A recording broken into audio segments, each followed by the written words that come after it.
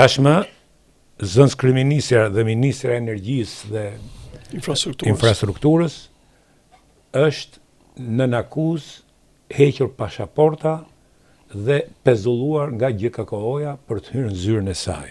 Po. Kjo është një gjë që trondit rënd mendimin tim pas një zënës kryeministri tjetër, qeverinë, Rama 4, dhe në anën tjetër, unë gjithmonë i frigohem një autoriteti ex de machina të SPAK-ut edhe GKK-s, dhe më thënë, në rastin konkret, jam plotësisht dakord që duhet hetohet, duhet ndëshkohet se Shqipëria ka dhe vazhdon të ketë korrupsion. Që e pranon dhe vetë kryeministri Rama.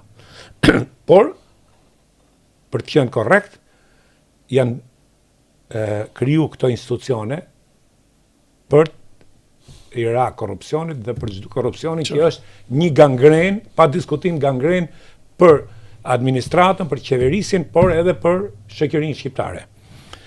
Por në anën tjetër kam merakun se mos këto institucione, këto organizma që janë ndërtu, SPAK-u, GKK-ja, po kalojnë kompetencat në rastin konkret, pezullimi i Ballukut, a nuk është një kapërcim kompetencash, mendoj unë, sepse kështu ato mund pezullojnë edhe Edi Rama nesër, mund pezullojnë gjithë qeverinë.